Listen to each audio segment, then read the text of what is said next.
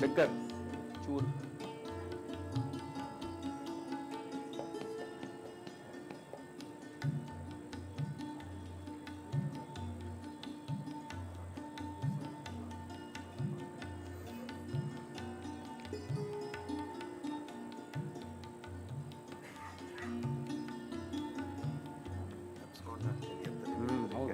ಭಾರಿ ಕಷ್ಟ ಇದೆ.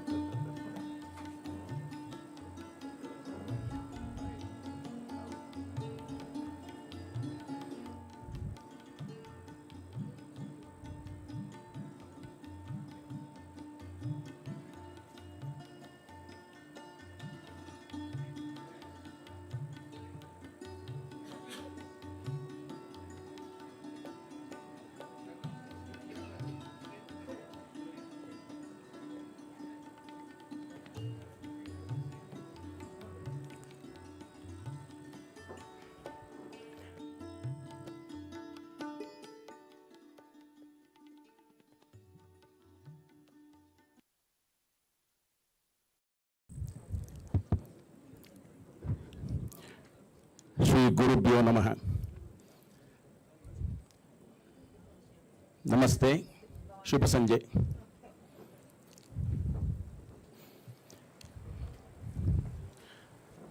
ಗಣ್ಯರು ವೇದಿಕೆ ಬರಬೇಕು ಅಂತ ಕೇಳ್ಕೊಳ್ತಾ ಇದ್ದೇನೆ. Mister Uday Holla, justice Aravind Kumar, Pratima Murthy, doctor Hegde,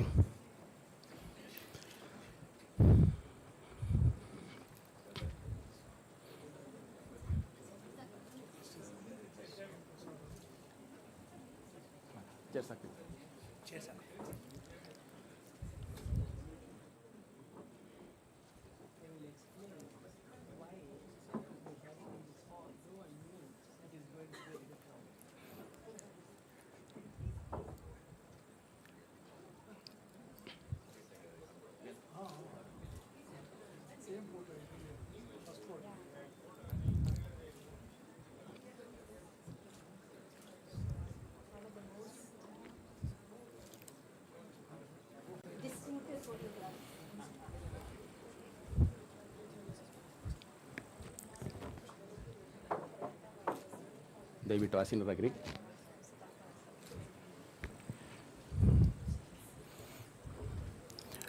ಶುಭ ಸಂಜೆ. Justice Shri K.R. Gopivallabha Iyengar memorial ಲೆಕ್ಚರ್ನ ಪ್ರಾರಂಭದ ಹಂತದಲ್ಲಿದ್ದೇವೆ. ನಾವೀಗ ಗಣ್ಯರು ಈಗಾಗಲೇ ಆಗಮಿಸಿದ್ದಾರೆ, ವೇದಿಕೆಯಲ್ಲಿ ಕೂತಿದ್ದಾರೆ. ಈಗ ಕಾರ್ಯಕ್ರಮ ಪ್ರಾರಂಭವಾಗ್ತದೆ. ಮೊದಲಿಗೆ ಸ್ವಾಗತ ಶ್ರೀ ಸೀನಿಯರ್ ಅಡ್ವೊಕೇಟ್ ಆದಂಥ K.G. ರಾಘವನರಿಂದ. Shri K.G. Raghavan.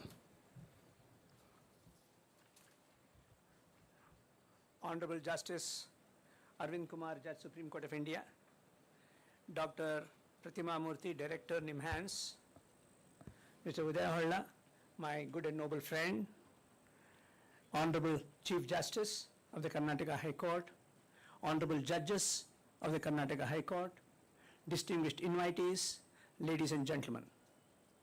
I am indeed privileged to be standing in front of you to welcome you to this very important and to me a very emotional program. As you all know, this is a lecture organized in memory of my late father, Justice K.R. Gopivallabha Iyengar. He was a practicing advocate for several decades before he adorned the bench of the then High Court of Mysore. After his retirement, he was busy with several causes, including teaching at the Central College on honorary basis. It was his fond hope and desire that the members of the bar and the general public in Bangalore should have exposure to various subjects, not only of law, but other subjects, and that such knowledge should percolate to Bangalore from all across the country. It is with this objective that my late father started the endowment lecture at the Advocates Association, of which he was also the president. He designed these lectures on the style of the Hamlin lectures in England. And stalwarts of those days, like Dr. M.C. Settleward, Mr. M.K. Nambiar, Dr. K.M. Munshi, all these have delivered memorial lectures at that point. However, after my father became a judge of the High Court, for some reason, it did not continue, and it was my ardent desire that we should continue this. And it is with that hope and sincerity that I thought we should have a program to start today. It is the fond hope of all of us that this program will go year after year, and we will have eminent legal luminaries, not only legal luminaries, luminaries in various fields of life, come and speak on very important subjects. And there is a reason why we chose to have this program in this hall. Though I understand that, and I expected that the hall is going to be overcrowded, there is a particular reason why we chose to have this in this hall in preference to any other bigger hall in the same premises. That is because this hall is dedicated to my father, and it is our contribution to the Bharatiya Vidya Bhavan at Bangalore. This hall is named after my father. It is called the K.R.G. Hall. And you will all be very happy to know that since the time this hall was inaugurated about 4 years ago, there have been innumerable programs that have taken place, and this hall is blessed to have such programs, and I sincerely believe that it is my father who is blessing the programs in this auditorium. I therefore welcome you, not only on my behalf, but on behalf of the organizers of this program, Vakeelara Vaahini, to this program. And I thank you sincerely for sparing your valuable time on a Friday evening. I made a request to Justice Arvind Kumar about 2 months ago that he should be kind enough to deliver this first lecture after the lecture series was started. And he was kind enough to agree to deliver that lecture. And I welcome you, sir, to this program. And I'm indeed very grateful to you for having agreed to deliver this lecture. And of course, I just have to say 2 words about the subject, because he is going to be dealing with it in detail. The one subject that has troubled all of us is how the constitutional functionaries should react to the concept of freedom of press. Is there a balance that is to be maintained between the role of courts and the role of the press? This is a very delicate balance to be maintained, and I am sure on this subject we will have light thrown by Justice Arvind Kumar in the course of his address. We have a special invitee at this program, Dr. Pratima Murthy. I feel strange to address her so formally as Dr. Pratima Murthy, because she is my niece. In other words, she is the granddaughter of Justice GOPIVALLABHA IYENGAR. And now I will address you as Pratima. Pratima, we are very proud of you for what you have done in your field. And as a professional, she is a stalwart, internationally recognized in the field in which she is working. I have to express my deep sense of gratitude to my dear and noble friend, Mr. UDAY HOLLA, for having agreed to be the chief guest and to preside over this program. He, as you know, is a very warm person.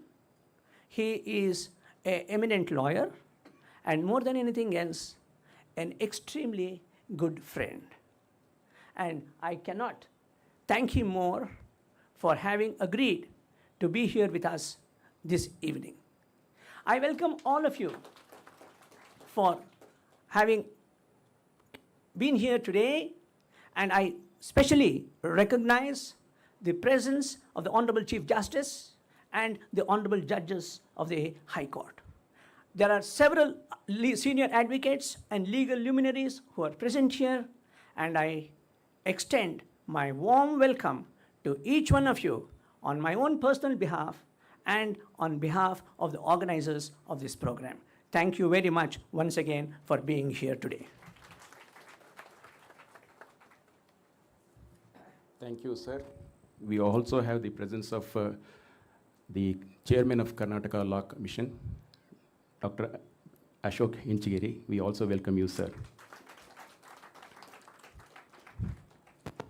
May I now call upon Sri Aravind Neglur to offer a bouquet of welcome to Justice Arvind Kumar. Aravind Neglur is the founder of Vakeelara Vaahini.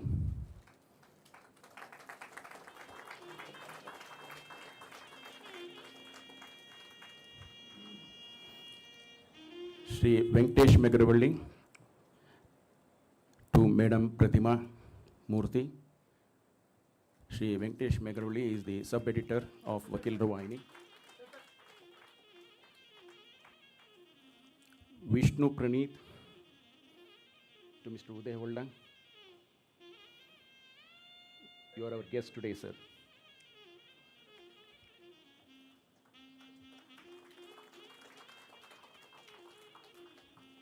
Mr. Kirtan Kumar to Mr. K.R.G. Raghavan. Mr. Kirtan Kumar. Kirtan Kumar is the young CEO of Soundarya Colleges of Law.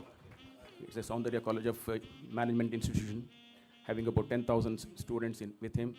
His father is also present here, Soundarya Manjappa. They are the founders of that institute.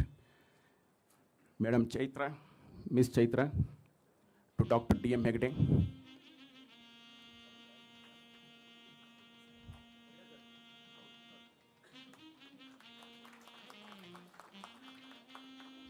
Thank you.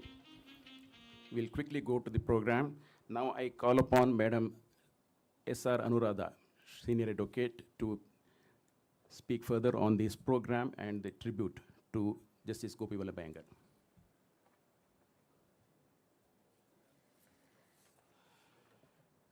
Thank you, Prashant. Honorable Justice Arvind Kumar, Madam Pratima Murthy, Senior Advocate Raghavan and Uday HOLLA, Mr. Hegde, Honorable Judges of the High Court, past and present, Senior Advocates, Advocates and ladies and gentlemen. It's a rare moment when I get to stand between brilliance and more brilliance. Our guest speaker today and the protagonist of the evening. So I'll keep it very brief before I get overshadowed by both of them. I feel truly blessed to be the one introducing a legacy so profoundly rooted in service, intellect, and integrity. Justice GOPIVALLABHA IYENGAR.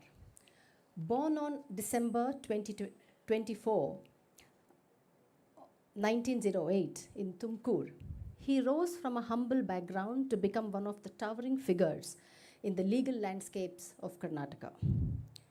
After his early education at the government high school in Tumkur, he pursued law at the Madras Law College and returned to Bangalore to practice under the legendary Shri Justice Nittur Srinivas Rao, who himself went on to become the Chief Justice of the state of Mysore.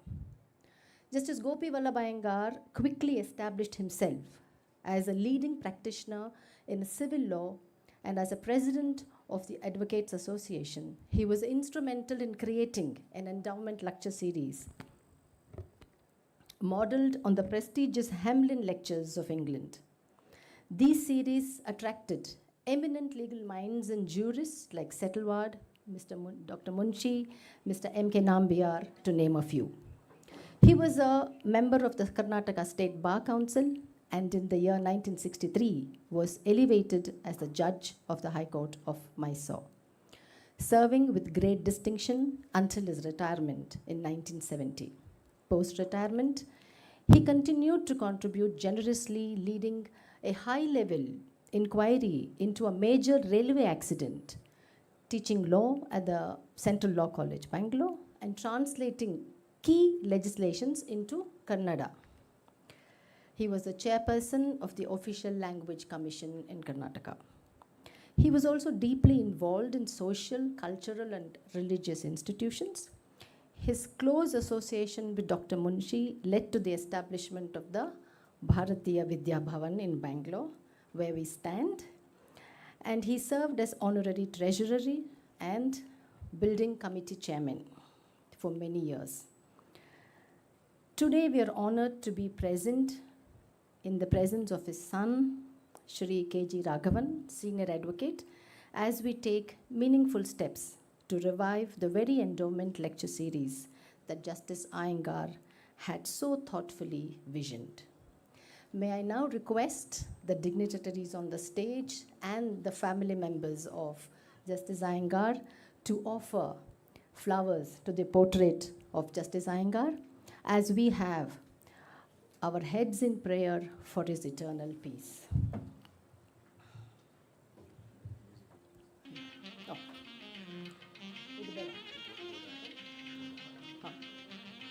Or can I also request family members?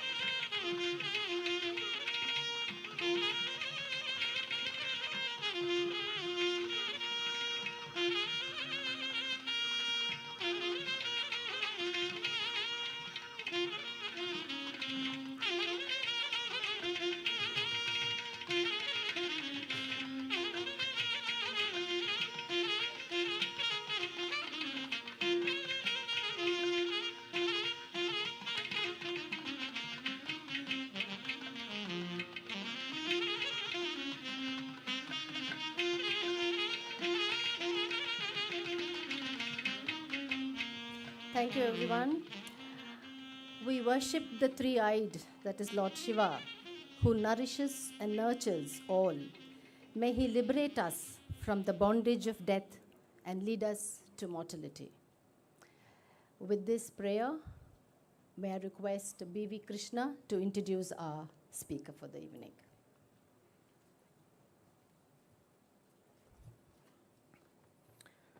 Ladies and gentlemen, today we are graced by the presence of Justice Aravind Kumar, Judge, Supreme Court of India. It is my distinct honor and no small challenge to introduce my Lord, whose reputation for wisdom precedes into every courtroom and whose judgments are so meticulously crafted. Graduating with honors in law from Bangalore University, my Lord soon established a reputation for intellectual rigor and compassionate advocacy, appearing in several high-stake matters and also for central government, more particularly the tax matters, when others find it very taxing. With professional ease, he has done it over the years, rising through the ranks on being appointed as the additional judge of the Honorable High Court of Karnataka, currently serving as Honorable Judge, Supreme Court of India. His tenure has been marked by profound commitment to safeguard the rights of citizens and maintaining the rule of law. He has shown us that clarity of thought, sense of justice, and jurisprudential brilliance could be the savoring mixture to deliver great legal precedents while upholding the constitutional values. My Lord has multiple soft skills in his armory, effectively managed the court proceedings in his own way.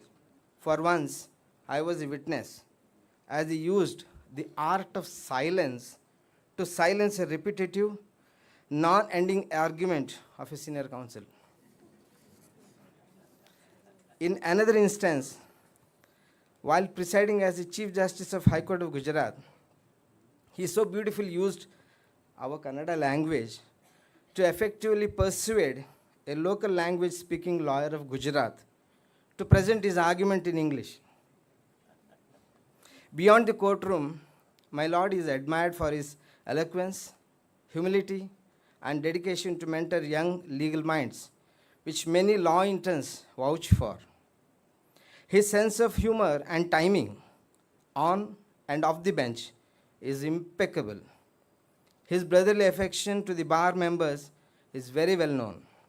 Today, we all are here to listen to Justice Arvind Kumar, Judge, Supreme Court of India, and his lecture today promises to be insightful, inspiring, and comprehensively iconic. May we request my Lord to deliver Justice K.R. GOPIVALLABHA IYENGAR Memorial Lecture on the topic, Liberty of the Press and Restraint, a Balancing Act. Floor is yours, my Lord.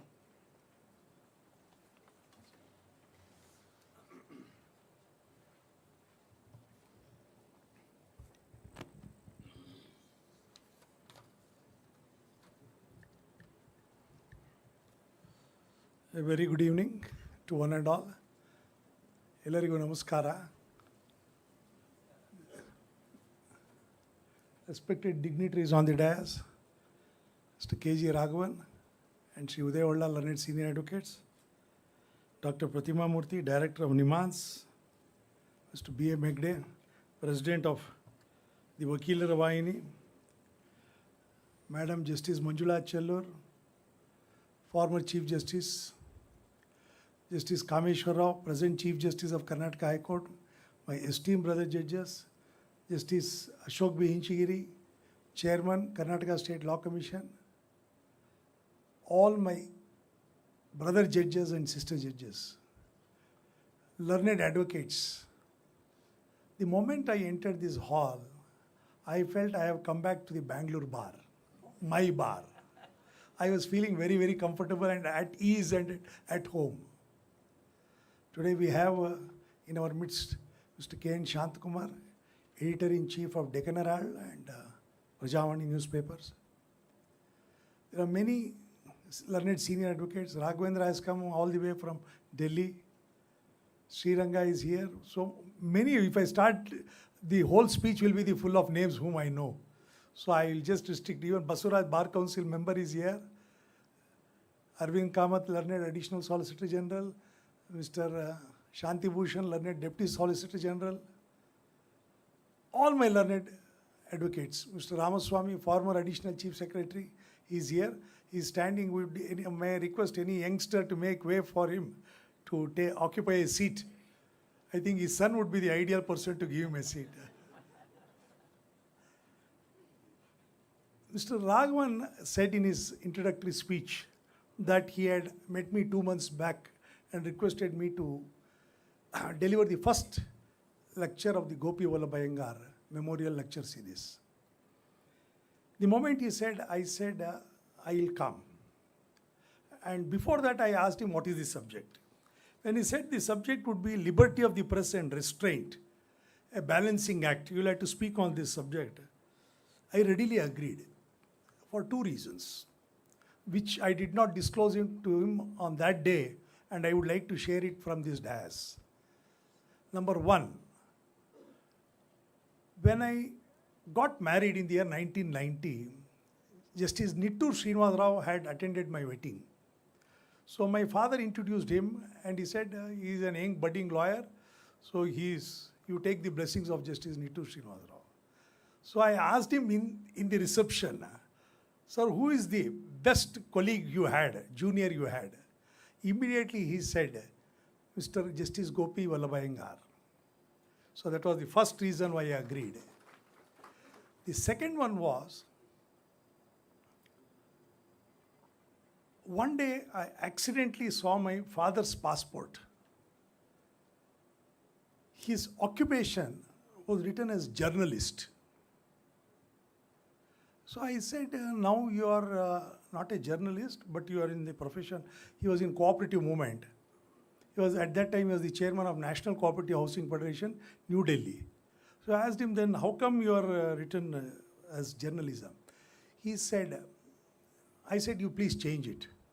He said, no, till my last breath, my profession will remain as a journalist.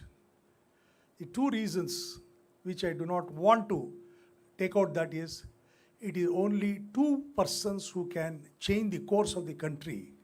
One is a journalist, another one is advocate. So he said, I have become a journalist, now you should become a lawyer. At that time I was not a lawyer. So that is how he forced me to become a lawyer. And today I am here in your midst, standing as the judge of the Supreme Court of India. Justice GOPIVALLABHA Iyengar was a very great man. My senior, Mr. S. Nanjun Swami, used to always say, if you have to learn not only the etiquettes of how you should behave in the court, how you should conduct the cases, you should also learn how you can be a good human being. If you want to learn, you learn from Justice GOPIVALLABHA Iyengar's deeds. This is what he told us. The third time was when I met Mr. Raghavan while we were opposing a matter from my senior's office. He used to fight and fight and fight. So then I asked my senior, sir, who is this, sir? We always fight, sir. He said, no, he is the son of GOPIVALLABHA Iyengar. So this is another reason which I said I will not miss this opportunity to be in your midst to share. They said I'll be throwing some light. No, I will not be throwing any light. I'll be sharing my thoughts. Whatever has occurred to me, I'll just share my thoughts. Honorable judges, distinguished members of the bar, academia, esteemed guests, friends from print and electronic media, ladies and gentlemen. It's an honor to stand before you to speak today on a theme that lies at the very core of democratic society. Liberty of the press and restraint, a balancing act. This is not merely a legal question, it is a constitutional conundrum. It is a philosophical paradox, and it is, above all, a democratic necessity. Let me begin with a deeper invocation, not just from the Constitution, but from our civilization consciousness. In the Mahabharata, when Arjuna stood bewildered at the battlefield of Kurukshetra, unsure of whether to act or to retreat, Lord Krishna did not silence him. He did not say, you keep quiet. He did not say, you hear what I say. He did not say, do what I say. On the other hand, he engages Arjuna in a conversation, in a dialogue. He asks Arjuna to ask questions. He shares his thoughts. He encourages introspection. He does not demand blind obedience. He inspires conscious action. This very spirit of speaking, questioning, and enlightening is what the freedom of the press embodies in a modern constitutional state. Our Upanishad tradition teaches us through niti, not this and not that, that is truth discovered, through continuous questioning and peeling away of falsehood. The press, in that sense, is the rishi of our times, tasked with the sacred duty of unveiling the truth through fearless inquiry. But that same sacred knowledge as per our scriptures, were never to be wielded without humility and dharma. In the Shanti Parva of Mahabharata, Bhishma advises Yudhishthira that, quote, power without restraint leads to ruin. Wisdom without balance leads to arrogance. Likewise, the press today holds immense power, the power to shape our minds, stir nations, and expose injustice. But that power, like the divine Sudarshan Chakra, must not be wielded in anger, not in ego, not with any other attachments, but with dharma, with a sense of responsibility to the truth and to bring the truth to the people. Therefore, the liberty and restraint must walk hand in hand, not in conflict, but in constitutional conversation. Today, I shall walk you through this tightrope with 6 broad themes. Number 1, freedom of speech and the role of the press. 2, constitutional bars and liberties. 3, landmark Supreme Court judgments. 4, the constitutional morality of free press. 5, the balancing act in practice. And 6th is my conclusion, reaffirming the 4th pillar. And when I said 6 topics, please don't get scared that it may take long time. It will not exceed more than 20 to 25 minutes. The first subject or the first topic which I say is freedom of speech. At the foundation of any liberal democracy lies the freedom to think, to speak, and to dissent. Article 19(1)(a) of our Constitution enshrines the sacred freedom, that is, the right to freedom of speech and expression. The word press does not explicitly appear in Article 19(1)(a) of the Constitution, and it has been judicially accepted that the freedom of the press is a derivative right flowing directly from the freedom of speech. This was firmly articulated in Indian Express newspaper versus Union of India, 1985, 1 SEC, page 641, where the Apex Court noted, I quote, the freedom of the press is not only valuable for its own sake, but is also essential to the political health of our democracy, unquote.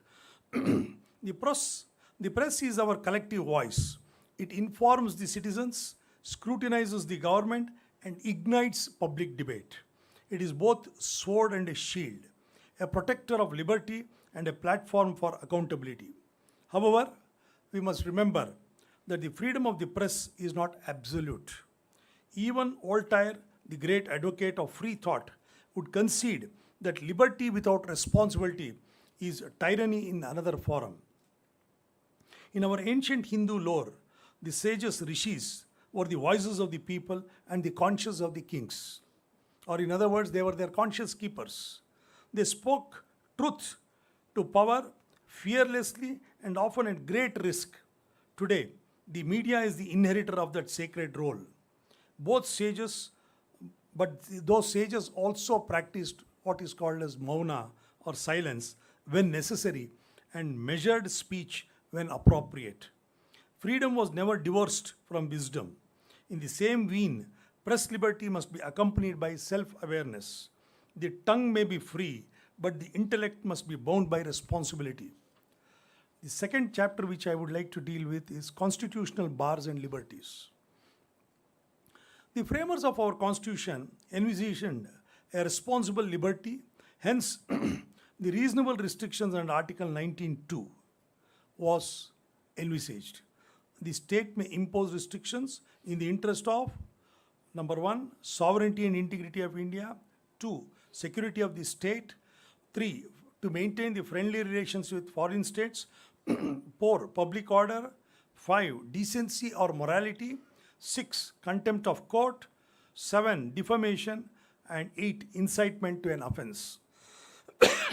In Ramesh Thapar versus State of Madras, 1950 SC 124, this is this is earlier to the subsequent judgments which defined what is public order.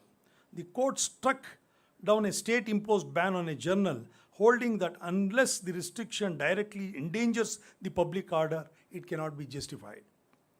This early post-constitutional jurisprudence emphasized that public order must have a close nexus with the expression sought to be restrained.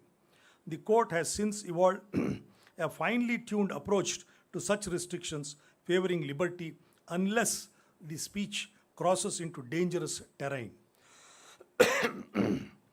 Equally relevant is Article 21, the right to life and personal liberty, which sometimes finds itself on the other end of the spectrum, particularly when media trials or sensational journalism impinge upon individual dignity and fair trial. Thus, our constitutional scheme is a careful calibration of liberty with responsibility, not a zero-sum game, but a dynamic equilibrium. In the age of mass communication, press freedom is not just the right to publish, it is the power to shape perception. And with such power comes the burden of dharma, to speak not only freely but also rightly. Some of the landmark judgments of the apex court,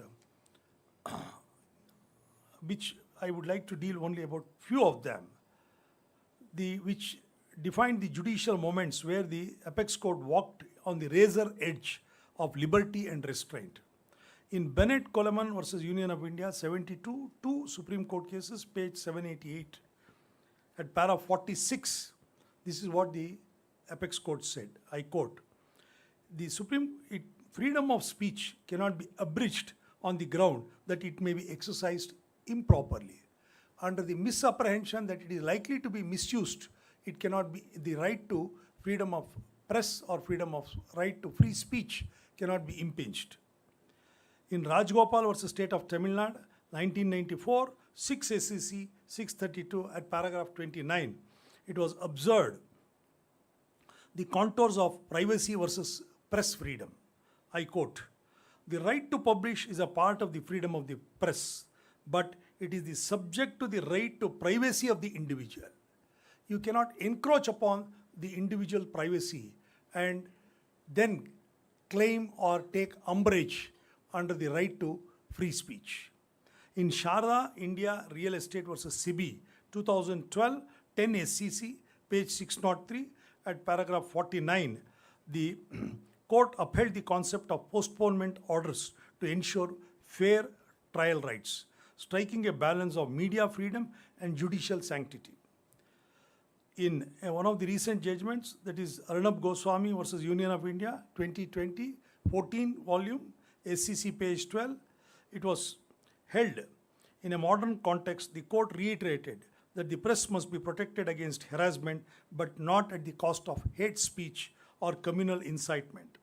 These decisions show that the court has not chosen any sides, but upheld the spirit of Article 19(1)(a) while preserving the dignity of Article 21 and the majesty of justice. The fourth chapter which I would like to deal is with regard to constitutional morality of free press.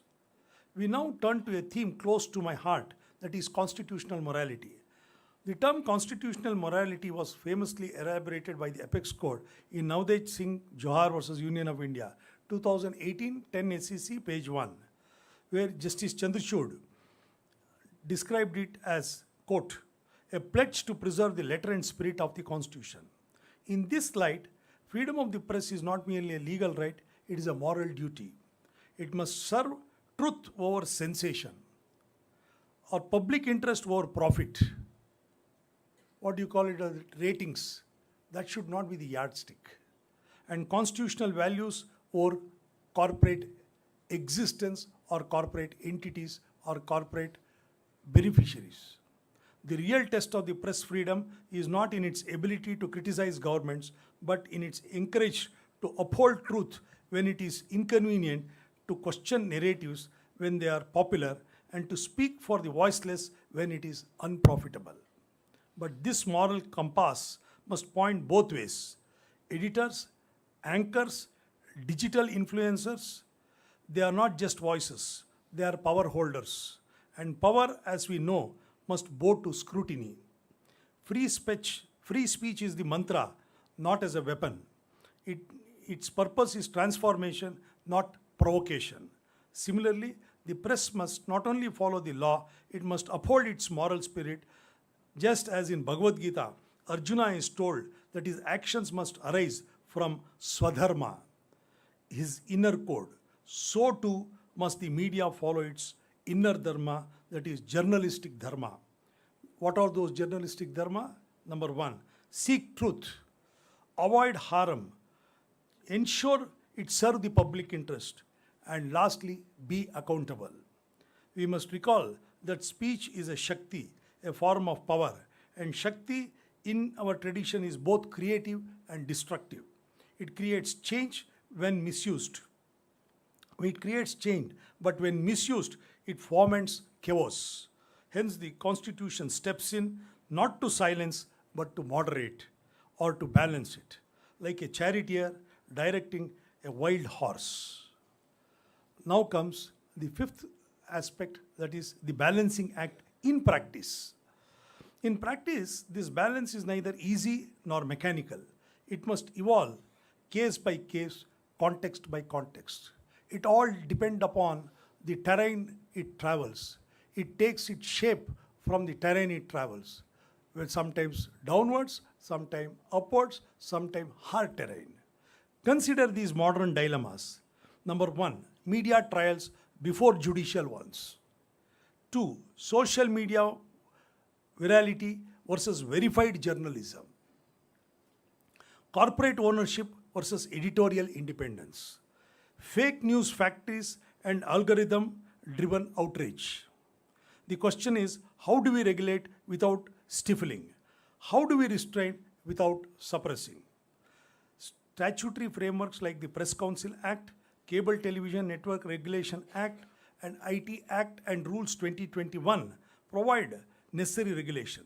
But these instruments must themselves pass the test of proportionality as laid down in Modern Dental College versus State of Madhya Pradesh, 2016, 7 SCC 353, and later on in Puttaswamy's case, that is Privacy, Right to Privacy, 2017, 10 SCC, page 1. The four-pronged test of legality, necessity, proportionality, and least destructive means is crucial when dealing with laws that touch freedom of the press. Moreover, self-regulation by media bodies, fact-checking mechanism, ombudsman frameworks, and journalistic ethics charters must form the internal conscience of the media. And with these 5 subjects, I come to the conclusion and say that the press is often called the fourth estate. It is the truth, the first sentinel of liberty, of justice and democracy. The duty of the press is not to protect power, but to provoke thought. And yet, thought must not provoke hatred. Liberty must not descend into anarchy. That is the balancing act we must uphold, not merely as judges or journalists, but as citizens of a constitutional republic. In the ever-evolving theatre of democracy, the press stands as both sentinel and storyteller, wielding immense power, but equally burdened with profound responsibility. Liberty of the press is not merely a constitutional guarantee, it is the lifeblood of informed public discourse, the conscience of the people, and the mirror held up to power. Yet, with all freedoms, it must walk in tandem with restraint, not imposed by heavy hand of the state, but exercised from within, through ethics, integrity, and a commitment to truth. The challenge lies in the balance between fearless journalism and factual accuracy, between critic and civility, between revelation and responsibility. Restraint in this light is not a limitation, but a measure of maturity, not censorship, but calibration. In a pluralistic society where voices are many and truths are often contested, the press must be both bold and balanced. As custodian of the Constitution, it is not our role to stifle the press, but neither can we be indifferent to the consequences of its misuse. In this delicate dance between liberty and restraint, it is wisdom, not impulse, that must guide us. Let us remember the strength of democracy is not in the loudness of its voices, but in the harmony of their coexistence. And in this context, the press is the most powerful instrument capable of both cacophony and cadence. May it always choose the latter. Before I conclude, and as I said in the beginning, when my father was very particular to maintain his credentials in his passport, in all his identity as a journalist, I asked him, you give me one strong reason as to why you want to retain this. He said, he was imprisoned in Mysore jail during freedom struggle. So he was inside the jail for about 4 years. So he said, during third year, they were given little liberties. They were getting one lunch from the house. What he was doing is he was working with a press or a newspaper called Sadhvi, which Mr. Shant Kumar must be knowing that Sadhvi paper was a leading newspaper in Mysore in those days. So he was writing for that newspaper, and the information he used to collect inside the jail from other jail inmates, he was sending it along with the tiffin box, that carrier which he used to get it. And that used to go and reach the press. And one day that they intercepted that tiffin box and they found out that he was sending this. And again he was transferred from Mysore jail to Hassan jail. That is where he met Ashok Harnalli's father, Harnalli Ramaswamy, and they became jailmates. So he said, we never anticipated that we'll get freedom for our country. It is through these writings, through these newspapers, we used to provoke the people to fight for the freedom of the country. And that is one reason where I want to retain this status of being a journalist till my last breath, and he maintained that till his last breath in the year 2007. So the journalists, and I say that even advocates are called as social doctors. They are the one who are capable of changing the course of the country. So I appeal to both the learned advocates and the press to go hand in hand and see that our democracy is reinforced with more strength, and we'll take our country to greater heights. With this, I take leave of you, and I thank Mr. K.G. Raghavan and all his family members for having given me an opportunity to come here and share my few thoughts with the learned members of the bar, learned judges, and all the elite persons who have joined here. Thank you once again. Namaskar. Jai Hind.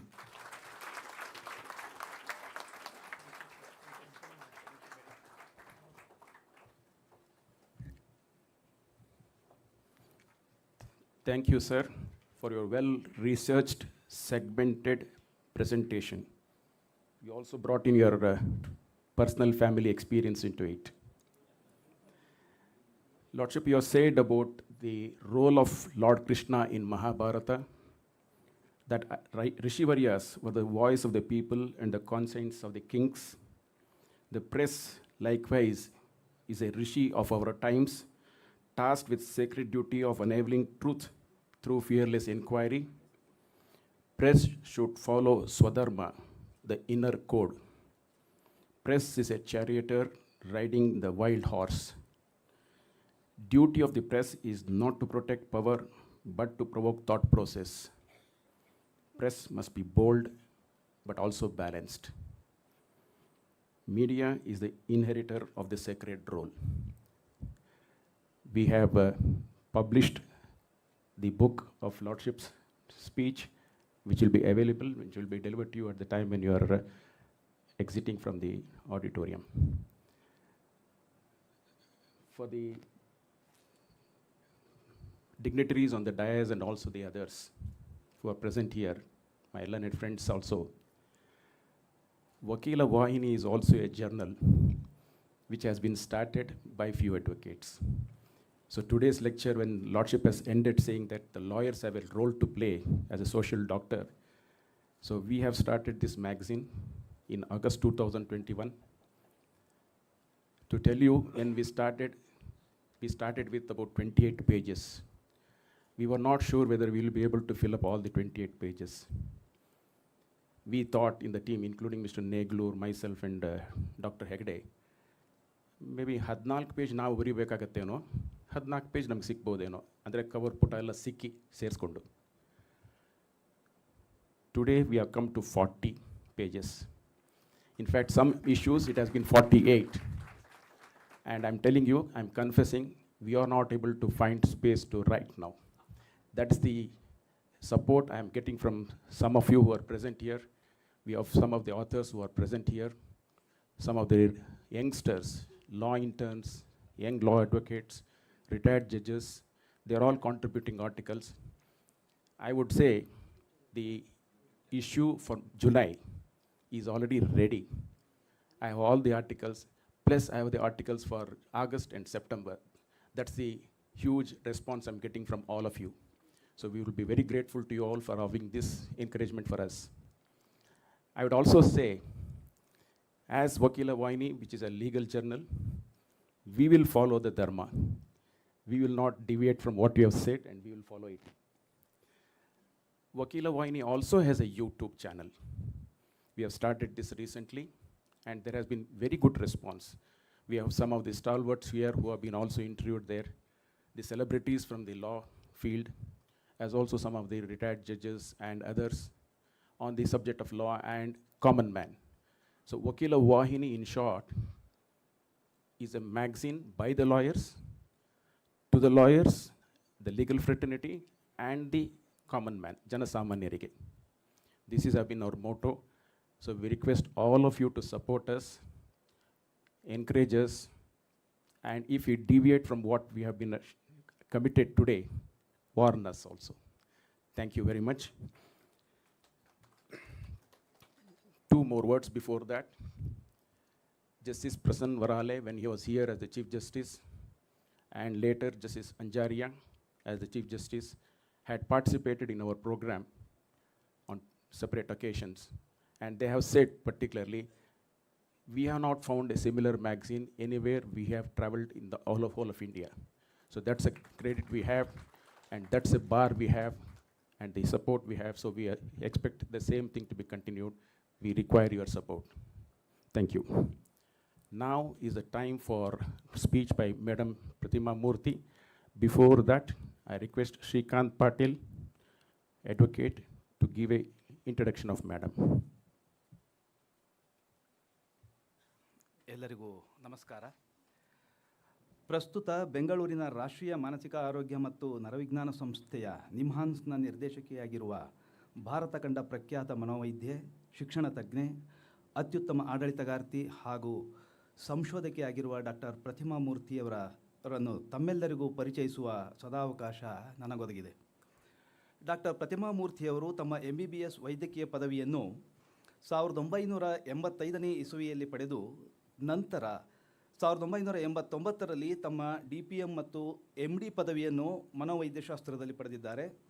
ತದನಂತರ 1992ನೇ ಇಸವಿಯಲ್ಲಿ Manchester ವಿಶ್ವವಿದ್ಯಾಲಯದಿಂದ diploma in psychological medicine ಪದವಿಯನ್ನು ಸಹ ಪಡೆದಿರುತ್ತಾರೆ. Doctor ಪ್ರತಿಮಾ ಮೂರ್ತಿಯವರು United Kingdom ಮತ್ತು Commonwealth ದೇಶಗಳಲ್ಲಿ clinical ಅಭ್ಯಾಸ, ಶೈಕ್ಷಣಿಕ ಅರ್ಹತೆ ಮತ್ತು ಸಂಶೋಧನೆಯಲ್ಲಿ ಶ್ರೇಷ್ಠತೆಯನ್ನು ಪ್ರದರ್ಶಿಸಿದ ವೈದ್ಯರಿಗೆ ನೀಡುವ ಪ್ರತಿಷ್ಠಿತ fellow of royal college of physicians and surgeons Glasgow ಅರ್ಹತೆಗೂ ಭಾಜನರಾಗಿದ್ದಾರೆ. ತಮ್ಮ ಶಿಕ್ಷಣವನ್ನು ಪೂರೈಸಿದ ನಂತರ ಬೆಂಗಳೂರಿನ ನಿಮ್ಹಾನ್ಸ್ನಲ್ಲಿ ಅಧ್ಯಾಪಕ ವೃತ್ತಿಯನ್ನು ಆರಂಭಿಸಿದ ಇವರು ಶೈಕ್ಷಣಿಕ ಕ್ಷೇತ್ರಕ್ಕೆ ಕ್ಲಿನಿಕಲ್ ಮತ್ತು ಆಡಳಿತಾತ್ಮಕ ಕ್ಷೇತ್ರಗಳಲ್ಲಿ ಹಲವಾರು ಹುದ್ದೆಗಳನ್ನು ಅಲಂಕರಿಸಿ ಯಶಸ್ವಿಯಾಗಿ ಕಾರ್ಯನಿರ್ವಹಿಸಿದ್ದಾರೆ.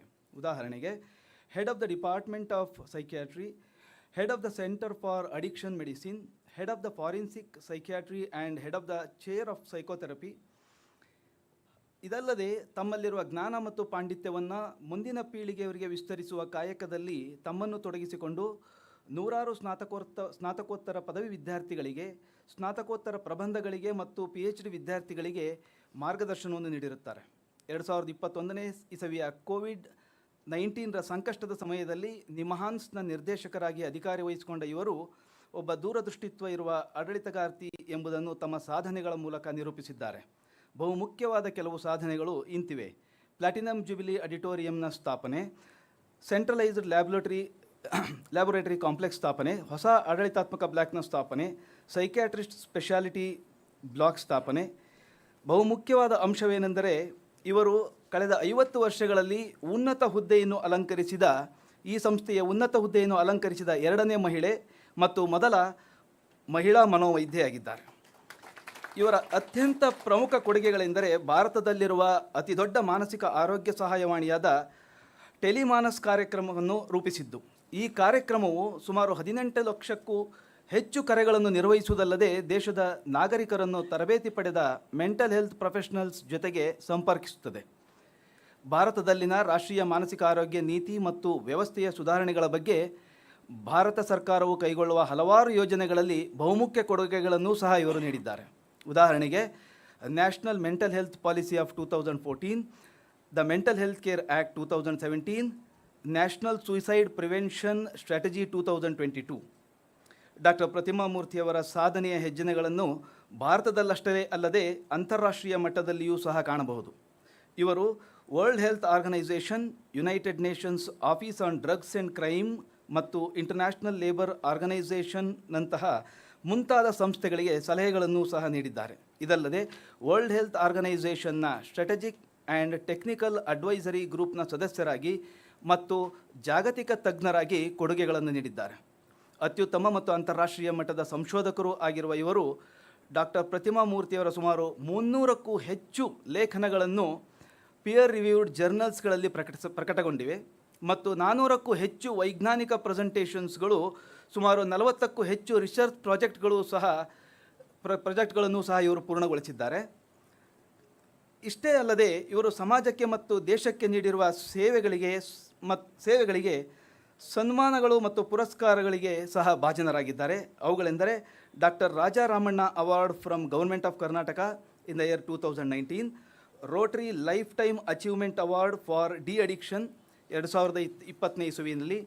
ಅದೇ ರೀತಿ 2021ನೇ ಇಸವಿಯಲ್ಲಿ world health organisation regional director special recognition award on world no tobacco day, Tilak ವಿನೋಬ್ರಾವ್ ಒರೇಷನ್ award, ಮಾರ್ಫೇಷಿಯಾ award from Indian psychiatric society ಮತ್ತು ಇತ್ತೀಚೆಗೆ WHO ಜಿನೆವಾಸ್ Nelson Mandela price for health ಪ್ರಮೋಷನನ್ನು ನಿಮ್ಹಾನ್ಸ್ನ ಪರವಾಗಿ ಸಹ ಸ್ವೀಕರಿಸಿರುತ್ತಾರೆ. ಇವರ ನಾಯಕತ್ವದ ಅಡಿಯಲ್ಲಿ ನಿಮ್ಹಾನ್ಸ್ ಸಂಸ್ಥೆಯು ಭಾರತದ ಮೊದಲ 4 ಅತ್ಯುತ್ತಮ ವೈದ್ಯಕೀಯ ಸಂಶೋಧನಾ ಸಂಸ್ಥೆಗಳಲ್ಲಿ ಒಂದಾಗಿ ಸತತವಾಗಿ ಗುರುತಿಸಲ್ಪಟ್ಟಿದೆ. ಮಾನಸಿಕ ಆರೋಗ್ಯ ಮತ್ತು ಮನೋವೈದ್ಯಶಾಸ್ತ್ರದ ವಿಷಯದಲ್ಲಿ ರಾಷ್ಟ್ರ ಮತ್ತು ಅಂತಾರಾಷ್ಟ್ರೀಯ ಮಟ್ಟದಲ್ಲಿ ಸಾಧಕರಾಗಿರುವ ಡಾಕ್ಟರ್ ಪ್ರತಿಮಾ ಮೂರ್ತಿಯವರ ಕಿರುಪರಿಚಯವನ್ನು ಮಾಡಿಕೊಡಲು ಅವಕಾಶ ನೀಡಿದ ವಕೀಲರ ವಾಹಿನಿ ಬಳಗಕ್ಕೆ ಧನ್ಯವಾದಗಳನ್ನು ಸಲ್ಲಿಸುತ್ತೇನೆ. ನಮಸ್ಕಾರ. ಜೈ ಹಿಂದ್, ಜೈ Karnataka.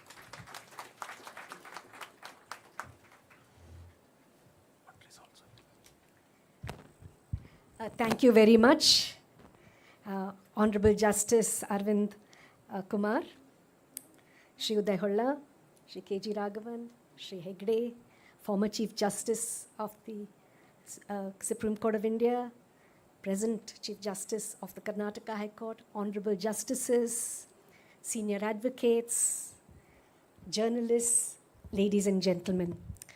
I can only say I'm overwhelmed. I was going to say for 2 reasons, but now I'll have to say for 3 reasons.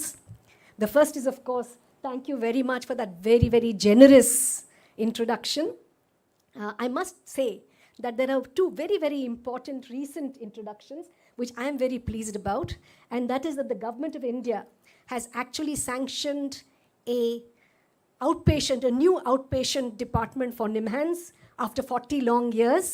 So that's something that we are very excited about, because I believe that will help us to serve people better. And in principle, there has been an agreement, as you would have seen in the press, for a polytrauma center in North Bangalore and Kalsanhalli. We hope that will also reach fruition. So I think those are 2 very, very exciting milestones. And it's always nice when institutions are supported, not just to grow for themselves and for the people within them, but to serve humanity better. The second reason I'm a little bit overwhelmed is that I'm normally used to speaking to a group of doctors. You call them all social doctors. I've got to take a little panga with you on that. But nevertheless, so it's pretty difficult. And I think the only time one has to really speak to a group like this is when one is in the courtroom, giving expert evidence, and I can tell you it's not a very comfortable situation. I'd much rather be talking to all of you in this forum. The third thing, and I think the most important reason, is that I'm here today perhaps not as the director of NIMHANS, but as the granddaughter of K.R.G. GOPIVALLABHA IYENGAR. And to me, that possibly represents something much more important and much more close to my heart than any kind of professional achievement might do. I'm going to start off. You know, this afternoon we were just discussing about ChatGPT and artificial intelligence and so on.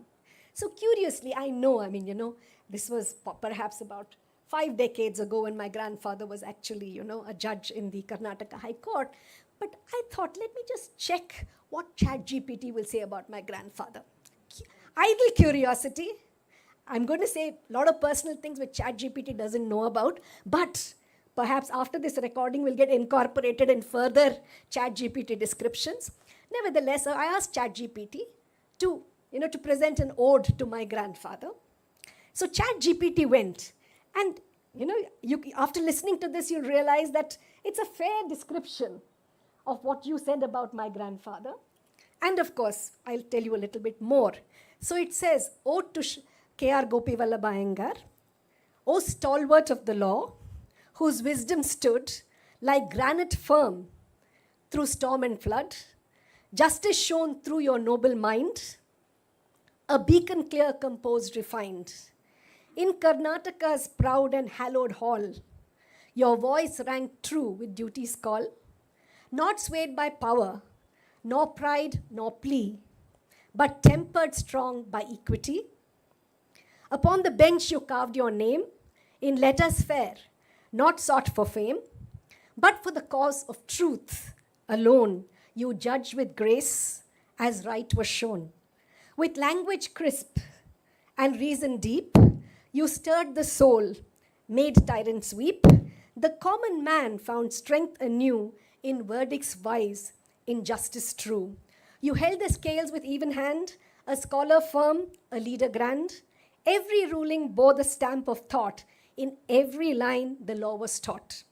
Now in the quiet of retired days, of course, no longer retired, but perhaps in another place, still echo sounds of silent praise, as we heard today. For legacy is not in stone, but in the justice you have shown. May younger minds, in robes to be, recall your path and walk as free. O GOPIVALLABHA, noble name, the court you served, their lasting flame. By the way, you can also get a very good Kannada anuvada of this. I'm not going to bore you with the Kannada part of it. But I think what I thought was, it's amazing how things can be put together, and many of the characteristics that you described are perhaps, endowed in this. But let me now kind of transition to a much more personal, image of my grandfather. And I think one of the things that we have at home is that several other people have followed in his footsteps. K.G. Raghavan for one. We have my cousins, both Goda and Radha, who have also become lawyers, and perhaps several others as well. Her in-laws are lawyers who are here with us today.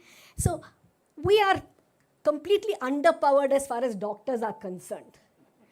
And one of the strongest fights we have is the few doctors with the overwhelming and loud lawyers. I like to think that we win the battle because we are the real doctors. They're what you call the social doctors. Nevertheless, I think, but the most important thing I believe is that some of the values that my grandfather stood for. You mentioned, of course, integrity and etiquette, which undoubtedly is something that I would associate with my grandfather.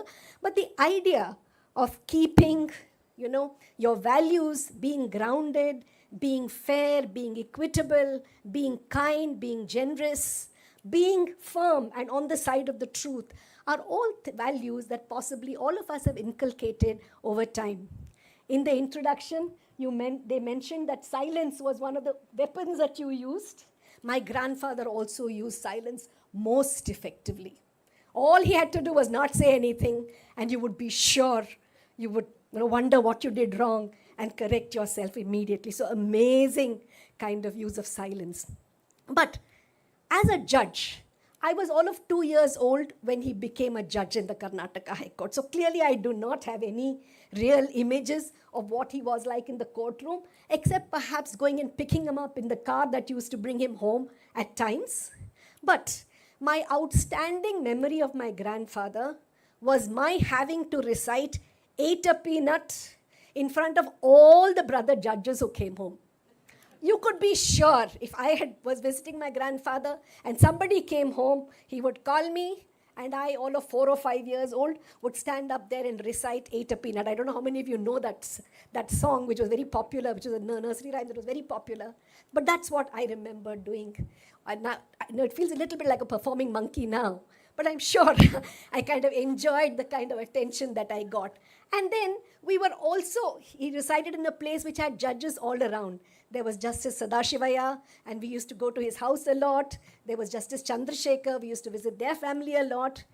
There was also Justice Somnath Iyer, and we used to see them a lot. So actually moving around in the company of these very, grand-looking people, even though we didn't hear them in the courtroom, was in itself, I think, a fantastic part of growing up. And of course, my grandfather was also a very handsome man. So that's another thing perhaps that also, got my attention.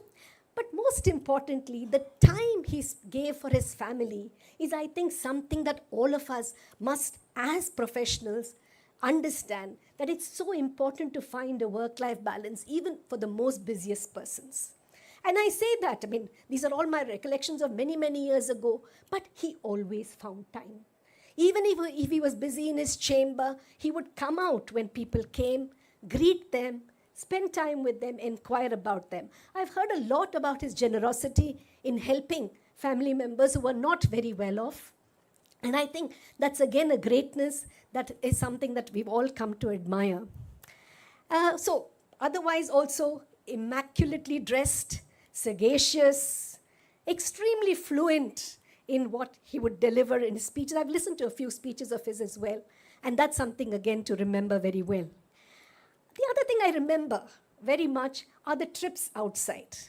And often you couldn't take trips that easily. In those days, 50-odd years ago, it wasn't easy to do those trips. But he would take the trouble of making sure whichever of us was free would go with him.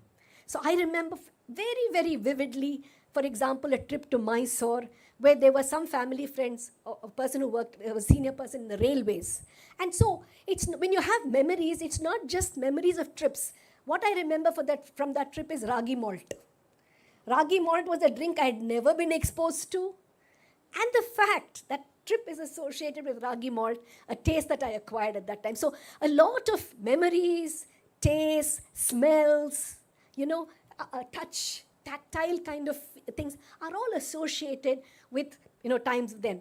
The other thing that was mentioned was the, road accident in Yelvigi when he had to go as an investigator for that particular thing. We managed a family trip at that time. He went on his own, but we managed to go by car. And in fact, recently, I think it was near Bijapur. It's a little bit away from Bijapur. When I saw the sign Yelvigi, these memories came flooding back. And what did we do there?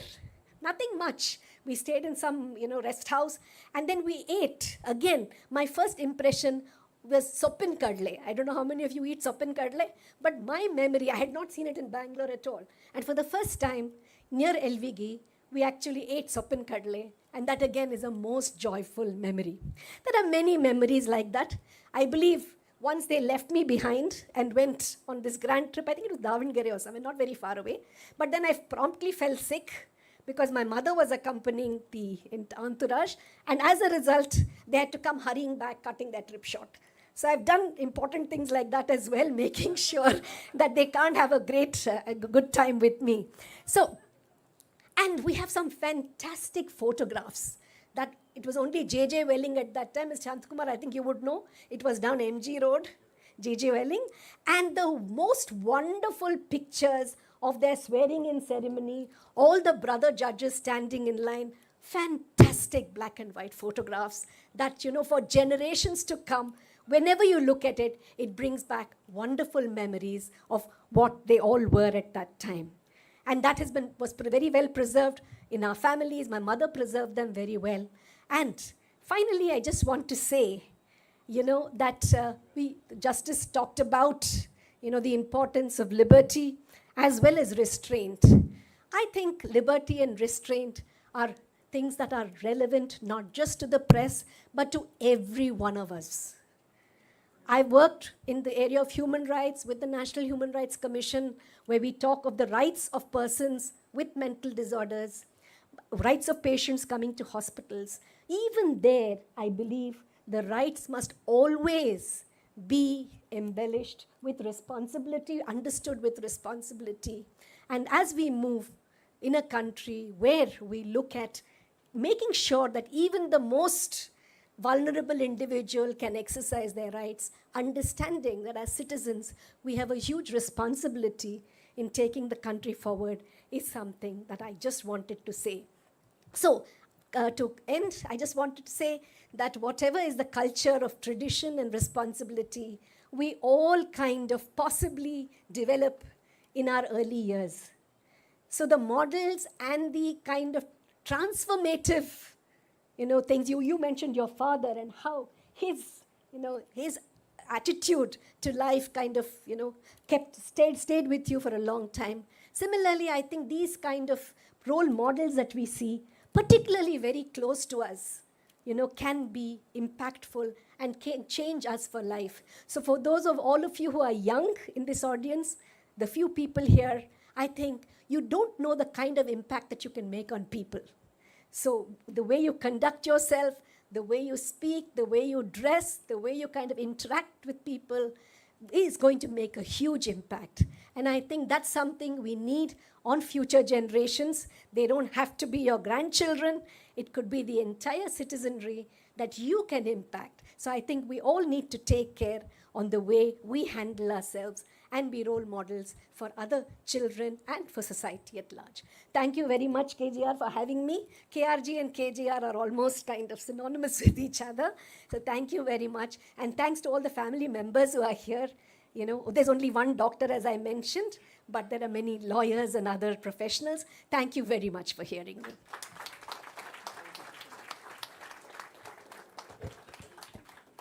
Thank you, madam. You have brought the personal memories with the family of K.R.G.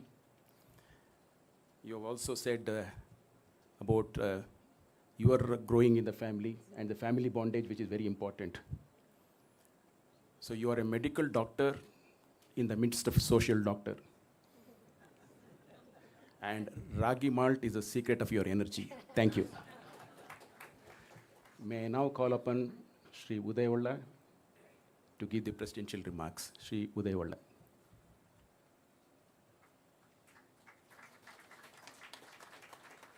There's a program sheet here. Justice Aravind Kumar was given, as I see, 45 minutes, but he took only 20 minutes. 22 minutes. I stand corrected, sir. That's the precision. Somebody said, he's precise, he remembers the timing, and he's time conscious. And that's what, all the lawyers and the judges must bear in mind. What this program sheet says is, I am given 8 minutes. Lawyers, it doesn't apply lawyers. I think it must apply more to lawyers than anybody else. Because we will talk endlessly. And it's time that, we contain our, this thing. I remember, I was in the US Supreme Court in 1990. I went to the Supreme Court, sat there. Arguments were going on. I think, the lawyer was allotted 10 minutes. 10 minutes was over, there was a red light. He was halfway through the sentence, he sat down. I think some culture, this culture, I think, we must adopt as lawyers. Well, after a very scintillating lecture from Justice Aravind Kumar, whatever I say will be insipid.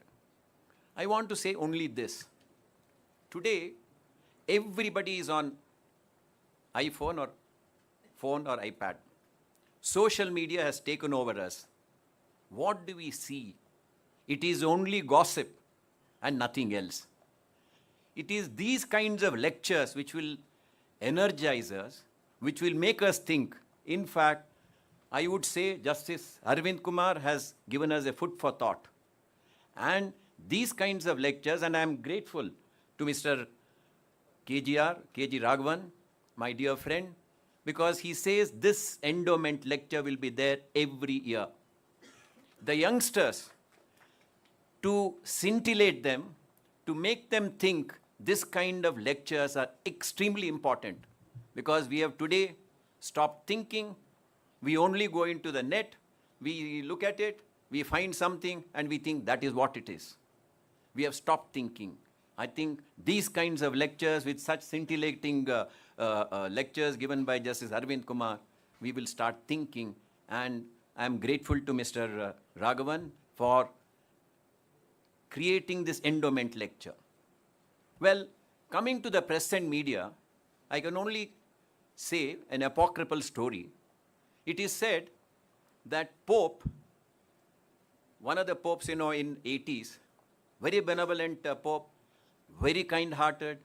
He was so concerned about the underdogs, the downtrodden, the marginalized. He went to New York. When he landed in New York, there was a lecture series. All the press people came, All the press people came, and they started asking questions.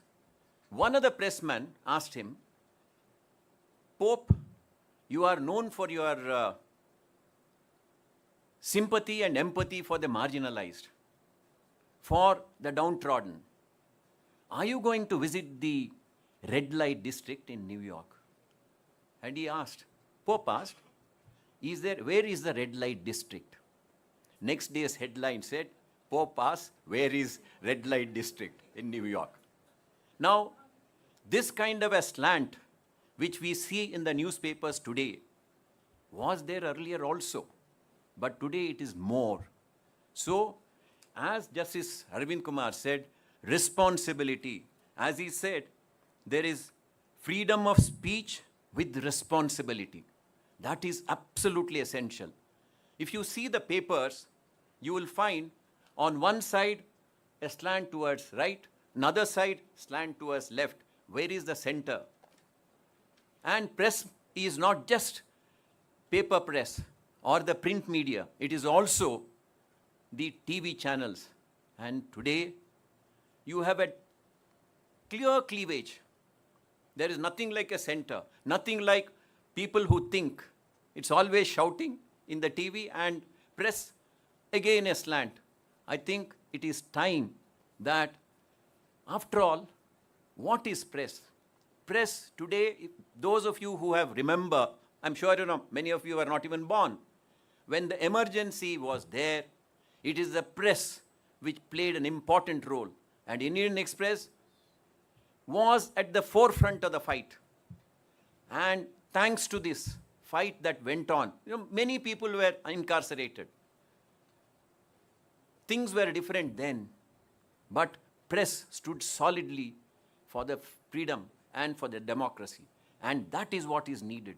And thanks to the press, today, if the democracy has to survive, press is absolutely essential, because they are the sentinels, the fourth estate, as Justice Arvind Kumar said, and they have a very, very important role to play. But at the same time, there has to be a balancing, and that is what Justice Arvind Kumar dilated upon.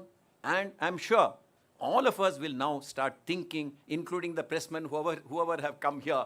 And thanks to Justice Arvind Kumar and to K.G. Raghavan, thanks to all of you for a wonderful evening. Thank you very much. Thank you, sir. He stuck to the time, 8 minutes. In fact ಒಂದು ಘಟನೆ ನನಗೆ ನೆನಪಾಗುತ್ತೆ.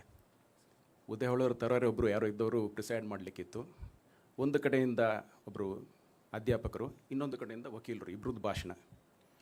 ಅಧ್ಯಾಪಕರು ಮಾಡಿದ್ರು ಕೊನೆಗೆ he stopped, professor. Then the advocate started, he never ended. So somebody said to the presiding officer, sir, can you make him to stop? ಆಗ ಹೇಳಿದ್ರು, ಅಧ್ಯಾಪಕರಿಗಾದರೆ ಒಂದು ಪೀರಿಯಡ್ ಅಂತ ಇರುತ್ತೆ, ಒಂದು ಗಂಟೆ ಇರ್ತದೆ, ಗಂಟೆ ಹೊಡೆದ್ರೆ ನಿಲ್ಲಿಸ್ತಾರೆ, ವಕೀಲರಿಗೆ ನಾನು ನಿಲ್ಲಿಸ್ಲಿಕ್ಕೆ ಆಗೋದಿಲ್ಲಪ್ಪ ಅಂತ ಹೇಳಿದ್ರು ಅವರು. So we'll come to the last part of the and main part of the program. Felicitation. So I request Hegde, please arrange for that.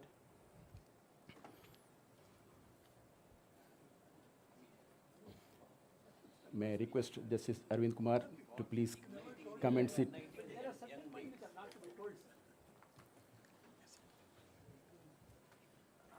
Arvind Kumar asked, why for me? I said for igniting the young minds and the old minds.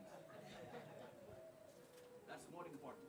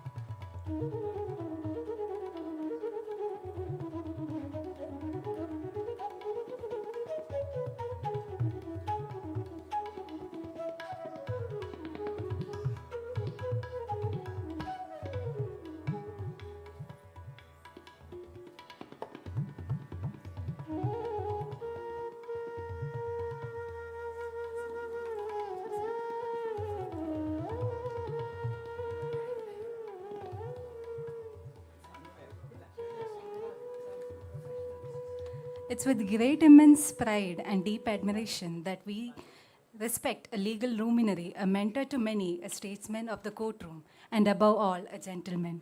Senior Advocate Sri Uday Holla. Mr. Holla entered the legal profession 52 years back, a time when litigation was tough, the typewriters were loud, the briefs were anything but brief. From those earlier days, he distinguished himself not just through an encyclopedic command of law, but through a rare blend of grace, grit, and generosity. He has practiced in all levels of court, up to the Supreme Court of India and beyond. Mr. Holla has already been, if there is an important matter in any of the court, there is chance that Mr. Holla has already been there, argued that, won the appreciation of both the court as well as the council.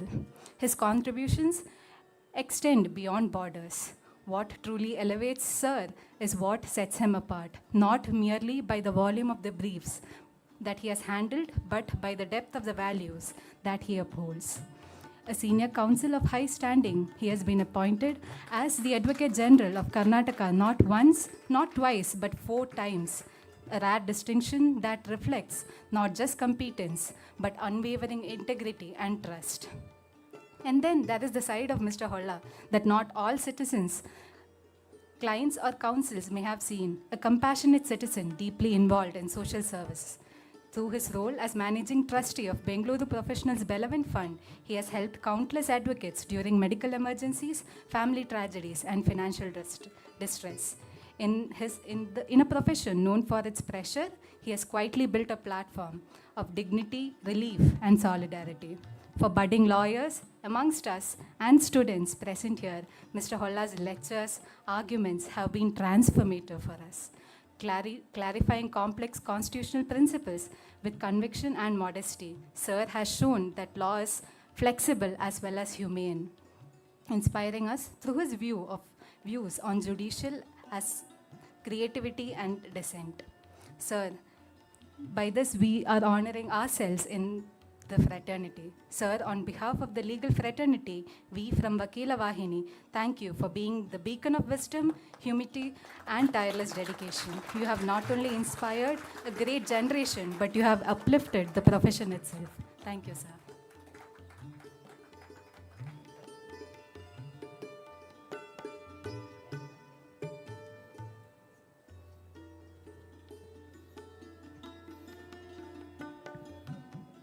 Erudite, persistent,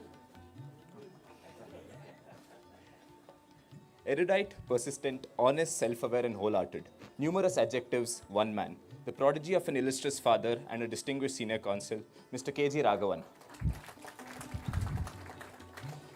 Since his designation in 2018, Mr. Raghavan has appeared and argued before the Honorable Supreme Court, various Honorable High Courts, trial courts and tribunals, and has perfected the art of delivering arguments with perspicacity. Walking through the corridors of the Honorable High Court of Karnataka, one can always observe Mr. Raghavan in his element, arguing before the bench passionately.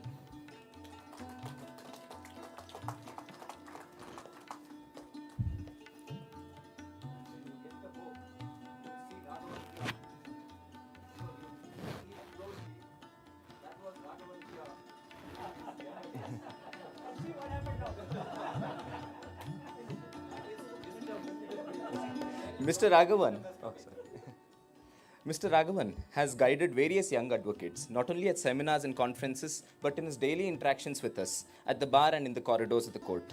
Mr. Raghavan has a gentle approach of molding and shaping us young lawyers to not only become astute practitioners of law, but to also become responsible officers of the court. They say the needs of the many outweigh the needs of the few. Mr. Raghavan, on the other hand, has been a staunch disbeliever in that statement, striking a delicate balance between law and humaneness. Mr. Raghavan's care and compassion for the less fortunate has been a striking quality, a quality that Mr. Raghavan has inherited from his father, Justice K.R.G. GOPIVALLABHA IYENGAR. This quality of care and compassion is reflected in the actions of Mr. Raghavan, who, in his capacity as chairman of the Bharatiya Vidya Bhavan's BBMP school, has been deeply involved in undertaking various educational initiatives for the underprivileged children of the society. These benevolent actions serve as a gentle reminder that Mr. Raghavan is first and foremost a humanitarian. On behalf of the team at Vakeelara Vaahini, sir, we thank you. Thank you so much.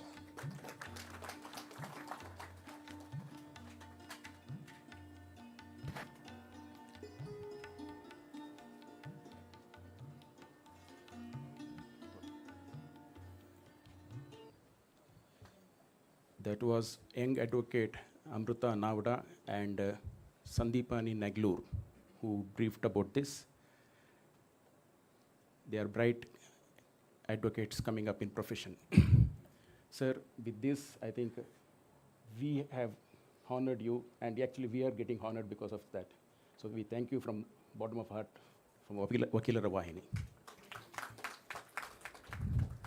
Now it's the time for Dr. Hegde. It is difficult to keep him silent.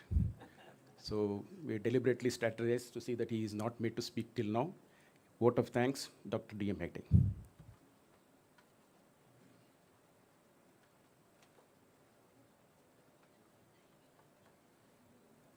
Vakeelara Vaahini issues are available. We request you to kindly take the copy.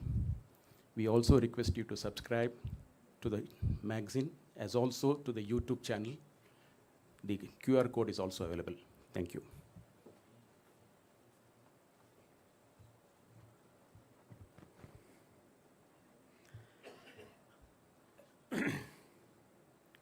ಇಲ್ಲಿ ನೆರೆದಿರುವ ಎಲ್ಲ ಅದ್ಭುತ ವ್ಯಕ್ತಿಗಳಿಗೂ ನನ್ನ ನಮಸ್ಕಾರ. With the permission of the president, ನಾನು ಕನ್ನಡದಲ್ಲಿ ಮಾತಾಡ್ತೀನಿ. ಬೆಂಗಳೂರಿಗೆ ಬಂದಮೇಲೆ ಬಹುಶಃ ನಂದೊಬ್ಬನಂತಲ್ಲ, ಎಲ್ಲರದ್ದು ಹೀಗೆ ಆಗುತ್ತೆ ಅನಿಸುತ್ತೆ. ಕನ್ನಡದಲ್ಲಿ ಮಾತಾಡ್ತಾ ಶುರು ಮಾಡಿದರೆ ಇಂಗ್ಲೀಷಲ್ಲಿ ಕೊನೆ ಆಗುತ್ತೆ, ಇಂಗ್ಲೀಷಲ್ಲಿ ಶುರು ಮಾಡಿದರೆ ಕನ್ನಡದಲ್ಲಿ ಬಂದು ಮುಟ್ಟುತ್ತೆ. ಭಾರತ ಜನನಿಯ ತನುಜಾತೆ, ಜಯ ಹೇ ಕರ್ನಾಟಕ ಮಾತೆ. ಹಿರಿಯರೇ, ವೇದಿಕೆಯ ಮೇಲಿನ ಗಣ್ಯರೇ, ಇಲ್ಲಿ ನೆರೆದಿರುವ ಎಲ್ಲ ಮಹನೀಯರೇ,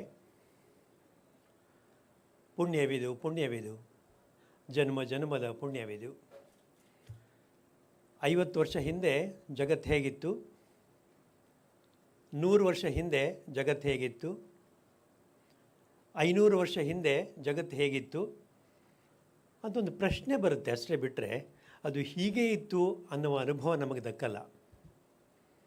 ಕೃಷ್ಣ ಇದ್ದಂತೆ, ರಾಮ ಇದ್ದಂತೆ, ಅರ್ಜುನ ಇದ್ದಂತೆ, ಕೌರವ ಇದ್ದಂತೆ, ಯುದ್ಧ ಆಯ್ತಂತೆ. ಬಹಳ ತಮಾಷೆ ವಿಷಯ ಅಂದರೆ, ಶಾಂತಿ ಸ್ಥಾಪನೆಗಾಗಿ ಯುದ್ಧ ನಡೆಯುತ್ತಲೇ ಬಂದಿದೆ, ಶಾಂತಿ ಸ್ಥಾಪನೆಗಾಗಿ ಯುದ್ಧ ನಡೆಯುತ್ತಲೇ ಇರುತ್ತದೆ. ಮನುಷ್ಯರ ರಕ್ತಕ್ಕೆ ಆಸೆ ಪಟ್ಟಷ್ಟು ಬಹುಶಃ ಬೇರೆ ಯಾವುದಕ್ಕೂ ಆಸೆ ಪಟ್ಟಿಲ್ಲ ಅನಿಸುತ್ತೆ. ಅದು ನಮ್ಮ ಇತಿಹಾಸ.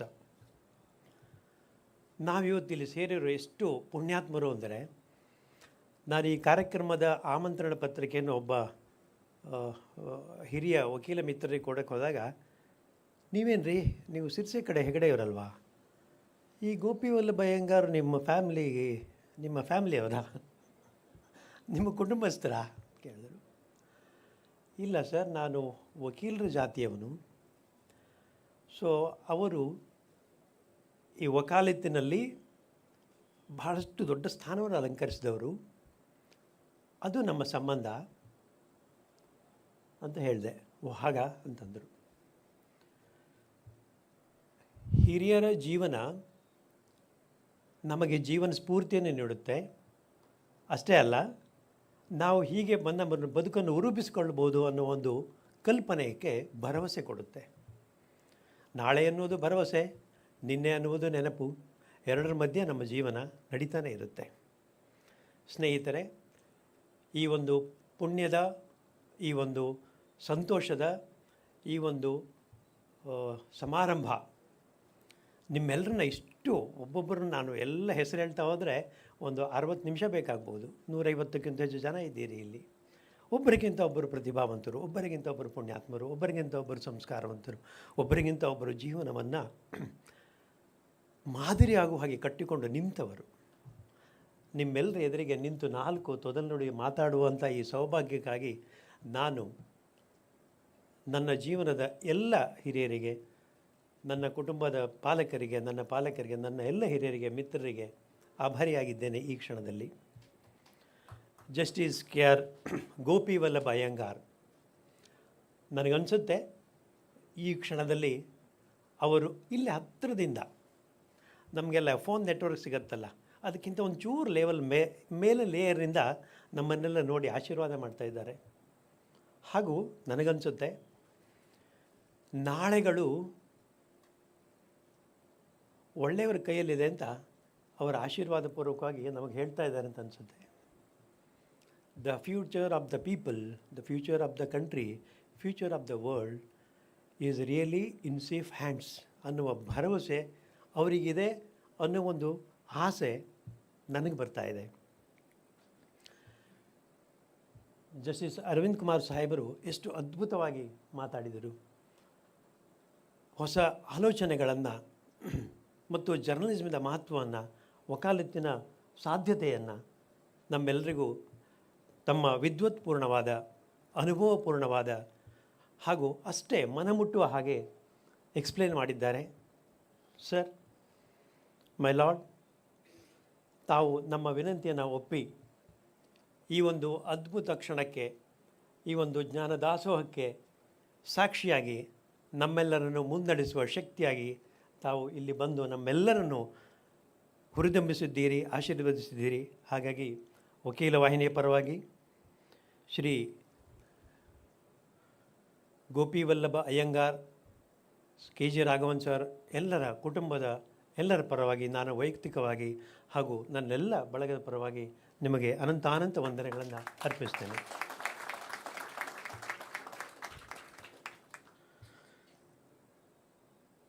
ಹಾಗೂ ಈ ಕಾರ್ಯಕ್ರಮದ ವಿಶೇಷ ಆಹ್ವಾನಿತರಾಗಿ ಪ್ರಸಿದ್ಧ ವೈದ್ಯರು, ಮನೋವೈದ್ಯರು, ನ್ಯೂರೋ ನ್ಯೂರಾಲಜಿ ಡಾಕ್ಟರ್, ನ್ಯೂರಾಲಜಿಸ್ಟ್,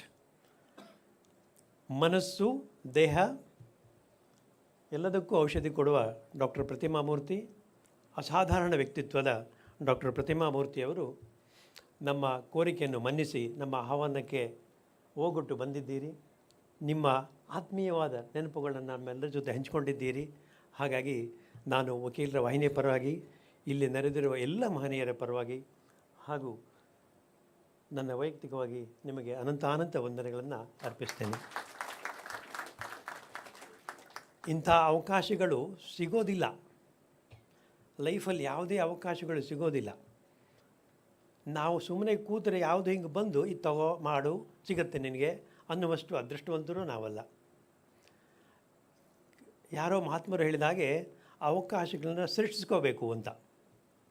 ಆ ಹಿನ್ನೆಲೆಯಲ್ಲಿ ನಾವು KG ರಾಘವನ್ ಸಾಹೇಬರಿಗೆ ಒತ್ತಾಯ ಮಾಡಿ ಅವರ ವಾತ್ಸಲ್ಯವನ್ನು ನಾವು ಸ್ವಲ್ಪ ಹೆಚ್ಚು ಅನುಭವಿಸಿದ ಸ್ವಾತಂತ್ರ್ಯವನ್ನು ಬಳಸಿಕೊಂಡು ಈ ಕಾರ್ಯಕ್ರಮ ಆಗಲೇಬೇಕು ಸರ್, ಮಾಡಲೇಬೇಕು ಸರ್ ನಾವು ಅಂತ ಹೇಳಿ ತಾವು ಒಪ್ಕೊಂಡು ಮಾರ್ಗದರ್ಶನ ಮಾಡಿ ನಮ್ಮ ಜೊತೆಗೆ ನಿಂತು ನಮ್ಮನ್ನು ಅನುಭವದ ಬೆಳಕಿನಲ್ಲಿ ಮುನ್ನಡೆಸ್ತಿರ್ತಕ್ಕಂಥ KG ರಾಘವನ್ ಸರ್ಗೆ ನಾನು ವಕೀಲರ ವಾಹಿನಿಯ ಪರವಾಗಿ ಹಾಗೂ ನಿಮ್ಮೆಲ್ಲರ ಪರವಾಗಿ, ಸಂಘಟಕರ ಪರವಾಗಿ ಅನಂತ ಧನ್ಯವಾದಗಳನ್ನ ಅರ್ಪಿಸ್ತೇನೆ. ಇನ್ನು ನಮ್ಮ ಪುಟ್ಟ ಸಂಸ್ಥೆಯ ದೊಡ್ಡ ಸ್ಥಾನದಲ್ಲಿ ಕೂತು ನಮ್ಮನ್ನು ಕಿವಿ ಹಿಂಡಿ ಆಗಾಗ ಸರಿಯಾದ ದಾರಿಯಲ್ಲಿ ನಾವು ಮುನ್ನಡೆಯುವಂತೆ ತಮ್ಮ ಮೌನದಿಂದಲೇ, ಚುರುಕು ನೋಟದಿಂದಲೇ ನಮ್ಮನ್ನು ಎಚ್ಚರಿಸಿ ಸದಾ ಜಾಗೃತರಾಗಿ ನಮ್ಮ ಜವಾಬ್ದಾರಿನ ಅರಿತುಕೊಂಡು ನಾವು ನಮ್ಮ ಕೆಲಸ ಮಾಡ್ಕೊಂಡು ಹೋಗೋದಕ್ಕೆ ಮಾರ್ಗದರ್ಶನ ಮಾಡಿ ಪ್ರೋತ್ಸಾಹ ಮಾಡ್ತಾ ಇರತಕ್ಕಂಥ ಇವತ್ತಿನ ಕಾರ್ಯಕ್ರಮದ ಅಧ್ಯಕ್ಷರಾಗಿರ್ತಕ್ಕಂಥ ಶ್ರೀ ಉದಯ ಹೊಳ್ಳ ಸರ್ ಅವರಿಗೆ ನಾನು ವೈಯಕ್ತಿಕವಾಗಿ ಹಾಗೂ ನಿಮ್ಮೆಲ್ಲರ ಪರವಾಗಿ ಅನಂತ ಕೃತಜ್ಞತೆ ಅರ್ಪಿಸುತ್ತೇನೆ. ಈ ಒಂದು ಸುಂದರ ಸಂಜೆಯ ಸ್ಮರಣೀಯ ಕಾರ್ಯಕ್ರಮಕ್ಕೆ ಬಂದಿರುವ ಎಲ್ಲ ಮಹನೀಯರಿಗೆ ನಾನು the chief justice of Karnataka high court, justice Hanchigeri ಸಾಹೇಬರು, chairman Karnataka state law commission, ಹಾಗೂ ನಾನು ಹೇಳ್ತಾ ಹೋದರೆ ಪ್ರತಿಯೊಬ್ಬರ ಹೆಸರನ್ನು ಹೇಳ್ತಾ ಹೋದರೆ ಬಹುಶಃ ಅದೇ ಒಂದು ಅರ್ಧ ಗಂಟೆ ಮುಕ್ಕಾಲು ಗಂಟೆ ಆಗುತ್ತೆ.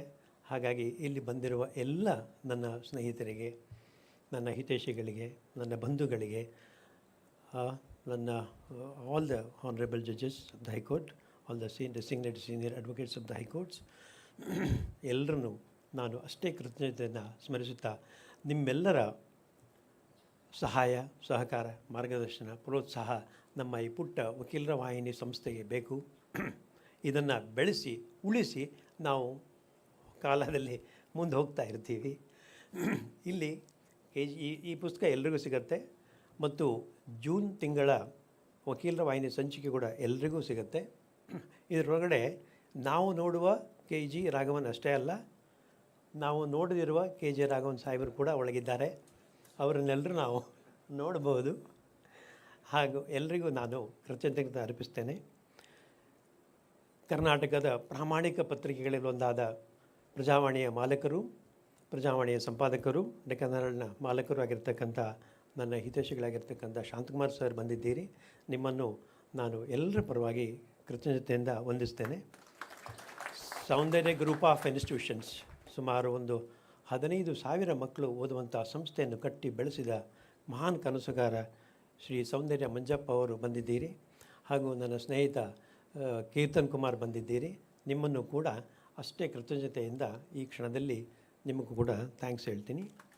KG ರಾಘವನ್ ಸರ್ ಕುಟುಂಬದ ಎಲ್ಲರಿಗೂ, ಭಾರತೀಯ ವಿದ್ಯಾಭವನದ ನಿರ್ದೇಶಕರು, ನನ್ನ ಹಿತೈಷಿಗಳಾದ ಶ್ರೀ ಅಂತಾರಾಷ್ಟ್ರೀಯ ಮಟ್ಟದ ಕಲಾವಿದರಾಗಿರುವ ಶ್ರೀ HN ಸುರೇಶ್ ಅವರಿಗೆ, ಹಾಗೂ ಜಾಯಿಂಟ್ ಡೈರೆಕ್ಟರ್ ಆಗಿರ್ತಕ್ಕಂಥ ನಾಗಲಕ್ಷ್ಮಿ ಮೇಡಮ್ಗೆ, ಈ ಒಂದು ಸಭಾಂಗಣವನ್ನು ಇಷ್ಟು ಸುಂದರವಾಗಿ ಅಚ್ಚುಕಟ್ಟಾಗಿ ಮಾಡಿಕೊಟ್ಟಿರ್ತಕ್ಕಂಥ ನಮ್ಮ ಭವನದ ಎಲ್ಲ ಸಿಬ್ಬಂದಿಗಳಿಗೆ, ನಮ್ಮ ಕರ್ನಾಟಕದ ಎಲ್ಲ ಮಾಧ್ಯಮದ ಮಿತ್ರರಿಗೆ ಹಾಗೂ ಸ್ನೇಹಿತರೆ, ಹೇಳ್ತಾ ಹೋದರೆ ಹೀಗೆ ಪ್ರತಿಯೊಬ್ಬರಿಗೆ ನಾನು ವೈಯಕ್ತಿಕವಾಗಿ ಹಾಗೂ ವಕೀಲರ ವಾಹಿನಿ ಸಂಸ್ಥೆಯಿಂದ ಹಾಗೂ ನನ್ನ ವಕೀಲರ ವಾಹಿನಿ ಬಳಗದಿಂದ ನಿಮ್ಮೆಲ್ಲರಿಗೂ ಅನಂತ ಕೃತಜ್ಞತೆಗಳನ್ನು ಅರ್ಪಿಸ್ತಾ ಇದ್ದೀನಿ. Thank you so much. I am really overwhelmed. And ನಿಮ್ಮೆಲ್ಲರ ಈ ವಾತ್ಸಲ್ಯ, ಈ ಒಂದು ಬಂಧುತ್ವ, ಈ ಒಂದು ಸದಾಶಯ, ಒಂದು ಸ್ನೇಹಕ್ಕಾಗಿ ನಾನು ಎಂದೆಂದಿಗೂ ಋಣಿಯಾಗಿದ್ದೇನೆ. Thank you so much. Thank you, Hegde. The program comes to an end. Thank you very much.